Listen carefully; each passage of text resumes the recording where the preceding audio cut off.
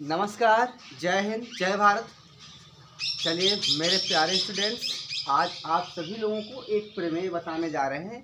क्योंकि 7.2 अभ्यास खत्म हो चुका है, तो अब जो अगला अभ्यास है उसके लिए एक अलग से थ्योरी अर्थात प्रमेय आपको दिया जा रहा है। और ये प्रमेय बहुत ही इम्पॉर्टेंट है। इस प्रमेय के आधार पर ही आप आगे के सवालों को कर सकते हैं, इसलिए इस प्रमेय को आप देखिए। लेकिन एक बात ध्यान रखिएगा, इन वीडियोज़ को देखने के लिए आपको हमारे चैनल को सब्सक्राइब करना पड़ेगा। यदि आप हमारे चैनल को सब्सक्राइब कर रहे हैं तभी आप हमारे वीडियोज़ को पा सकते हैं, वरना फिर आप नहीं पाएंगे। तो यहाँ पर ध्यान रखिएगा, पहले प्रमेय क्या है? दो समरूप त्रिभुजों के क्षेत्रफलों का अनुपात।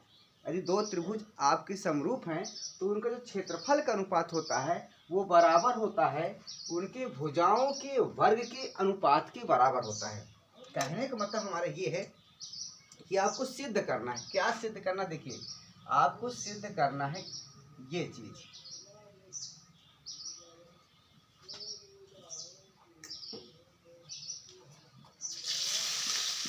सिद्ध करना आपको ये क्या सिद्ध करना भैया कि जो ये अगर ये दोनों त्रिभुज समरूप हैं, ए बी सी और पी क्यू आर, अगर ये दोनों त्रिभुज समरूप हैं तो इनके क्षेत्रफलों का अनुपात, मतलब एरिया ऑफ त्रिभुज ए बी सी बटे एरिया ऑफ त्रिभुज पी क्यू आर, ये हो गया ना। इन दोनों का जो अनुपात है इनकी संगत भुजाओं के वर्गों का अनुपात होता है। क्या कह रहा? उनकी संगत भुजाओं के वर्ग के अनुपात के बराबर होता है। अर्थात ए बी की संगत पी क्यू है तो यहाँ लिख देंगे ए बी बटे पी क्यू का होल स्क्वायर। और फिर कह रहा है बी सी की संगत क्या है? क्यू आर, तो यहाँ पर लिखेंगे क्यू आर का होल स्क्वायर। फिर कह रहा ए सी की संगत पी आर है तो आप लिखेंगे ए सी बटे पी आर।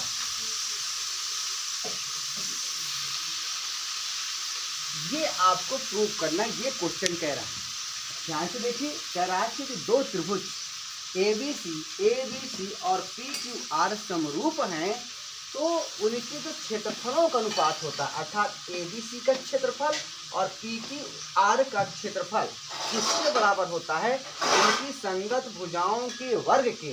तो ए बी के संगत पी क्यू है, बी सी के संगत क्यू आर है और ए सी के संगत पी आर है, तो इनके वर्गों के अनुपात के बराबर होता है। ये चीज कहा जा रहा है, ठीक है। तो यही आपको प्रूफ करना है। तो आइए हम देखते हैं कैसे प्रूफ होगा और कैसे होता है। तो आइए चेक करते हैं। यहाँ पर सबसे पहले हम क्या करेंगे, देखिए आपके पास जो दिया है आपका त्रिभुज ए बी सी है ना, यहाँ आप लिखेंगे, क्या लिखेंगे? दिया है, क्या दिया है?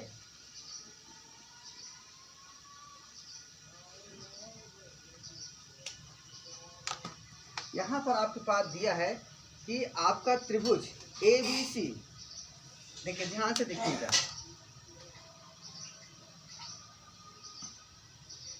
त्रिभुज ए बी सी समरूप त्रिभुज पी क्यू आर, ये आपको दे रखा है, ठीक है। अब जब ये आपको दे रखा है तो आप क्या लिख सकते हैं?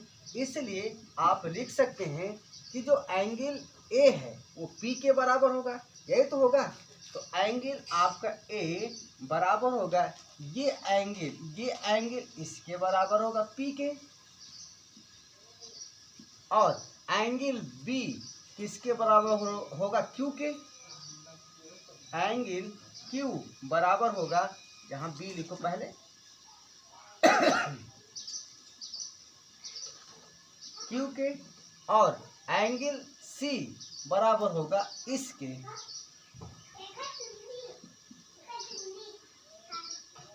ये चीज दे रखा है। और इसके साथ ही साथ क्या दे रखा है? देखिए ध्यान रखिएगा भाई, ए बी सी और पी क्यू आर समरूप है ना, ए बी सी और पी क्यू आर समरूप है, तो ये एंगल ए एंगल पी के बराबर होगा, एंगल बी एंगल क्यू के बराबर होगा, और एंगल सी एंगल आर के बराबर होगा, ठीक है। और यहाँ से क्या लिख सकते हैं?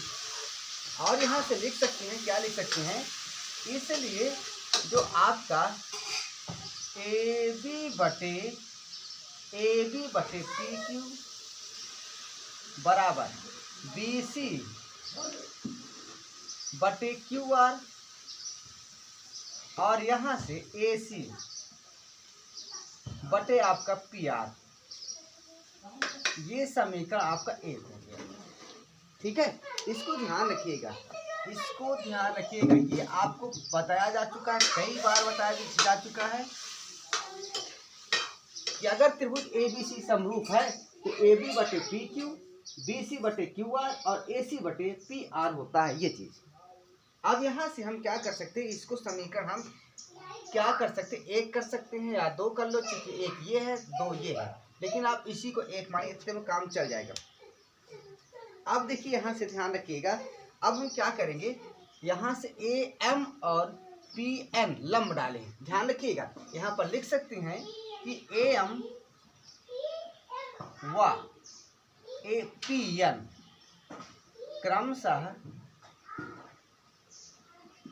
क्रमशः बी सी व क्यू आर पर लंब है।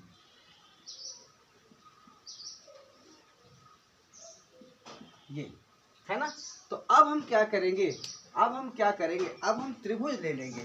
कौन सा, ए बी, देखो अब हम त्रिभुज लेंगे ए बी एम, ये त्रिभुज लेंगे,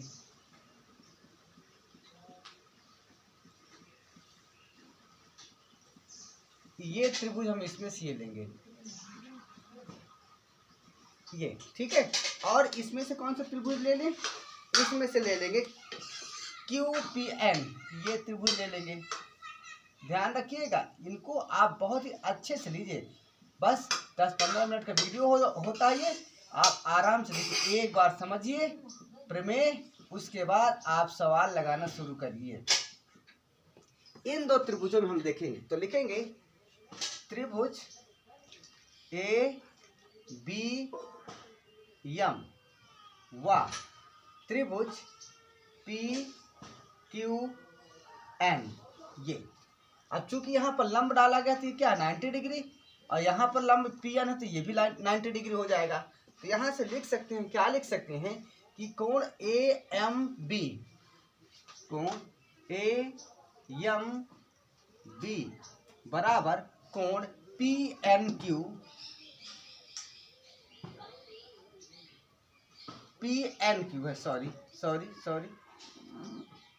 पी एन क्यू, एक ये हो गया। ठीक है,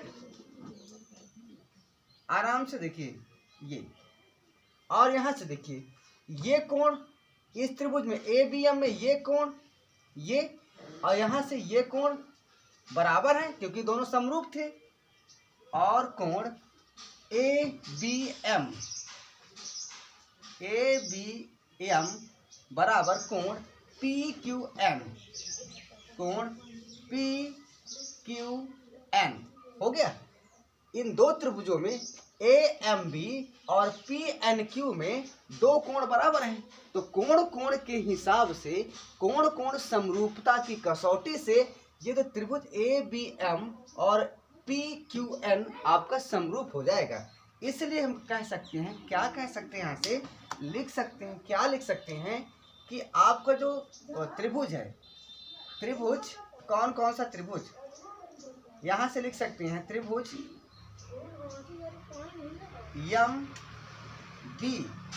एम बी ए समरूप त्रिभुज, यहाँ से क्या हो जाएगा एन क्यू पी, ये हो गया आपका। क्या इतना समझ में आ रहा है? बहुत ही अच्छे से समझिए, पर एक बार मैं चेक कर लूँ क्या पूरा दिख रहा है। हाँ ठीक है, कोई दिक्कत नहीं, सब अच्छे से दिख रहा है। ध्यान से देखिएगा, फिर समझिए आप देखिए त्रिभुज ए बी सी और पी क्यू आर आप समरूप है, तो एंगल ए एंगल पी के बराबर होगा, एंगल बी एंगल क्यू के बराबर होगा और एंगल सी एंगल आर के बराबर होगा। ये तो क्लियर हो गया। ठीक है, तो यहाँ से क्या करेंगे, यहाँ से लिख सकते हैं कि अगर A B C P Q R के समरूप है तो ए बी बटे पी क्यू बराबर बी सी बटे क्यू आर और बराबर ए सी बटे पी आर, ये होगा समीकरण ए।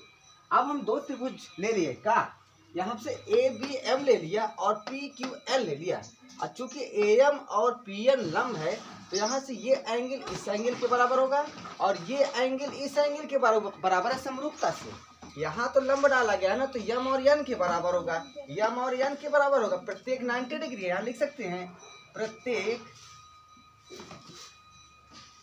90 डिग्री है। और यहाँ से समरूपता की कसौटी से ये एंगल बी एंगल क्यू के बराबर है समरूपता की कसौटी से, क्योंकि ए बी सी और पी क्यू आर ये आपको समरूप दे रखा है। तो यहाँ लिखेंगे चूंकि ए बी सी समरूप है पी क्यू आर के, तो इसलिए यहाँ से ये एंगल और ये एंगल बराबर हो गए। अब दो त्रिभुज ए बी एम और पी क्यू एन में एक एंगल इसके बराबर है और ये इसके बराबर है, इसके बी क्यू के बराबर है और यम यन के बराबर है। तो कोण कोण की समरूपता की कसौटी से ये त्रिभुज इस त्रिभुज के समरूप हो गया। क्लियर? चलिए, अब इतना अगर हो गया तो आगे देखिए क्या होता है। Just 1 minute. तो यहां से आप क्या लिख सकते हैं, यहां से जब ये समरूप हो गया तो यहां से लिख सकते हैं, क्या लिख सकते हैं, देखिए यहां से इसलिए लिख सकते हैं आप एम बी बटे एन क्यू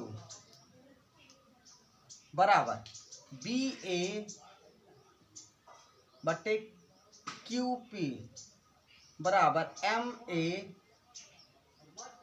बटे एन पी। एक समीकरण ये बन गया आपका 2। ये 2 समीकरण आपके बन चुके हैं। ठीक है, कोई दिक्कत नहीं होनी चाहिए भाई, सब हनाहन है। अब आगे देखिए, अब यहाँ से देखिए, ध्यान रखिएगा, ये आपने 2 चीज निकाल लिया। अब देखिए, चूंकि ए एम लंब है बी सी पर और पी एन लंब है क्यू आर पर, यही तो है ना। तो यहाँ से लिख सकते हैं, क्या नीचे गैप है, चेक कर लो। थोड़ा सा है।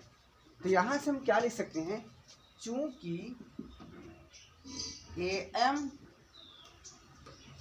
लंब है बी सी पर और पी एन लंब है क्यू आर पर।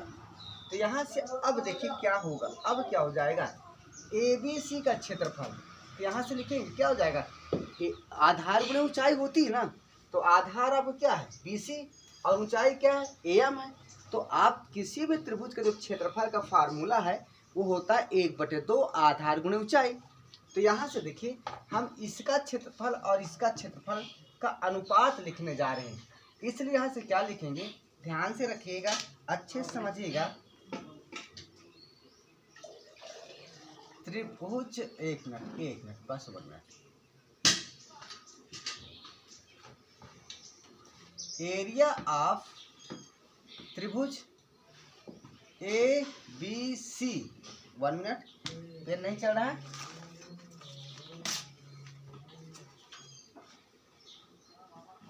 तो क्या है ना, ये ठंडा का मौसम है तो पानी बीच बीच में गिरता रहता है। यहाँ से ये पीपल का पेड़ है ना, तो इसमें से पानी नीचे गिर रहा है, तो जहाँ गिर जाता है वहां पर पेन चलता नहीं। आइए अब देखते हैं,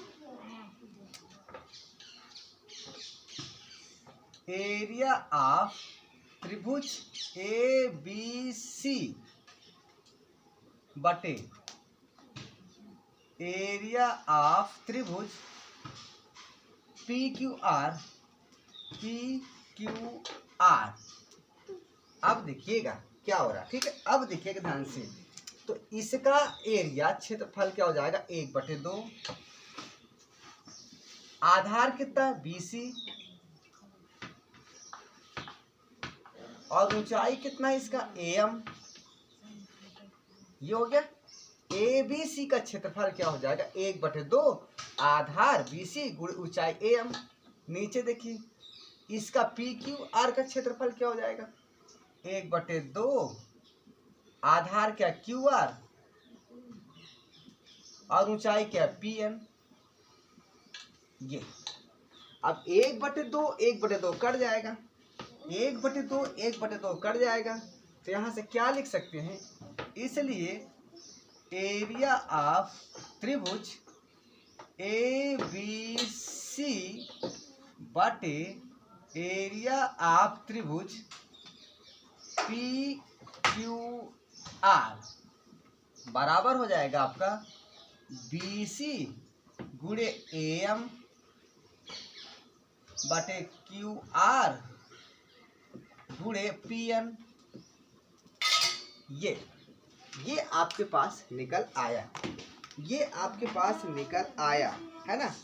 अब देखिए जो BC बटे QR है ना, BC बटे QR, तो यहाँ से जरा देखिए BC बटे QR, यहाँ से देखिए BC बटे QR, यहाँ से ध्यान दीजिएगा, यहाँ BC बटे QR है ना, हाँ है ना, इसको आप BC बटे QR गुणे AM बटे PN लिख सकते हैं।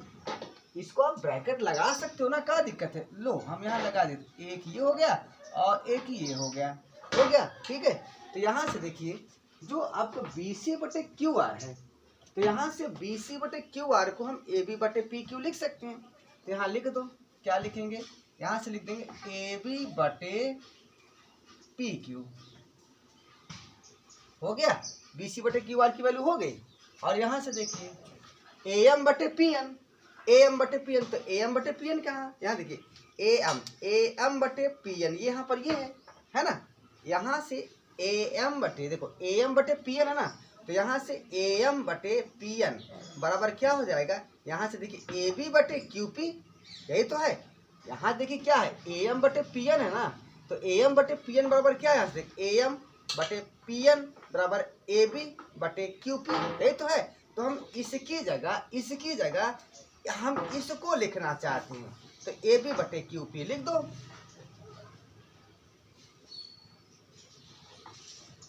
ये हो गया। और यहाँ लिख सकते हैं, आप क्या लिख सकते हैं, 1 और 2 से समीकरण 1 व 2 से। क्लियर, बहुत अच्छा सवाल है ये। अब यहाँ से देखिए क्या लिखेंगे आप, अब यहाँ से लिख सकते हैं एरिया ऑफ त्रिभुज ABC बटे एरिया ऑफ त्रिभुज PQR बराबर हो जाएगा AB बटे PQ का होल स्क्वायर। ये समीकरण बन गया 3। क्लियर, चलिए अब फिर देखिए AB किसके बराबर है, BC के बराबर, BC बटे QR के बराबर है, AB बटे PQ। यहाँ से ध्यान दीजिएगा, जो आपका AB बटे PQ है वो किसके बराबर है, BC बटे QR के, या AB बटे PQ किसके बराबर है, AC बटे PR। तो मेरा कहने का मतलब है AB बटे Q की जगह, AB बटे PQ की जगह BC बटे QR लिख सकते हैं, नहीं लिख सकते, लिख सकते हैं भाई। यहाँ से देखिए AB बटे PQ है ना, तो AB बटे PQ बराबर क्या है, BC बटे QR है, और AB बटे PQ बराबर AC बटे PR है। तो हम AB बटे PQ की जगह BC बटे QR या AC बटे PR लिख सकते हैं। तो यहाँ से लिख सकते हैं, क्या लिख सकते हैं, या एरिया ऑफ त्रिभुज ABC बटे एरिया ऑफ त्रिभुज PQR बराबर, ये तो है ही है, AB बटे PQ का होल स्क्वायर। AB बटे PQ की जगह क्या लिख सकते हैं, BC बटे QR, BC बटे QR होल स्क्वायर, या हम AC बटे PR लिख सकते हैं, AC बटे PR लिख सकते हैं। और यही आपको क्या करना था, प्रूफ करना था। यहाँ से देखिए एरिया ऑफ ABC बटे एरिया ऑफ PQR बराबर AB बटे PQ का होल स्क्वायर बराबर BC बटे QR का होल स्क्वायर बराबर AC बटे PR का होल स्क्वायर। ये रहा आपका डेरिवेशन, जो काफ़ी इम्पॉर्टेंट है। इसको आप जरूर पढ़िए, क्योंकि इसी के आधार पर आपके जो 7.3 एक्सरसाइज है आर्यन प्रकाशन की किताब का, वो सॉल्व होंगे। तो बस आज का वीडियो यहीं तक, लेकिन अच्छा लगे लाइक करो, सब्सक्राइब करो, शेयर करो, ताकि आपके सारे त्रिभुज की वीडियोज आपको मिलते चले जाएं। हम एक प्लेलिस्ट जल्दी ही बना देंगे और उसमें जितने भी त्रिभुज हैं, त्रिभुज के सारे सवालों को रख देंगे, आप उसको देख सकते हैं। आप परेशान मत हो, जल्दी हम त्रिकोणमिति त्रिभुज समाप्त करने के बाद आपकी त्रिकोणमिति की जो प्रॉब्लम है उसको भी दूर करेंगे। तब तक के लिए जय हिंद, जय भारत।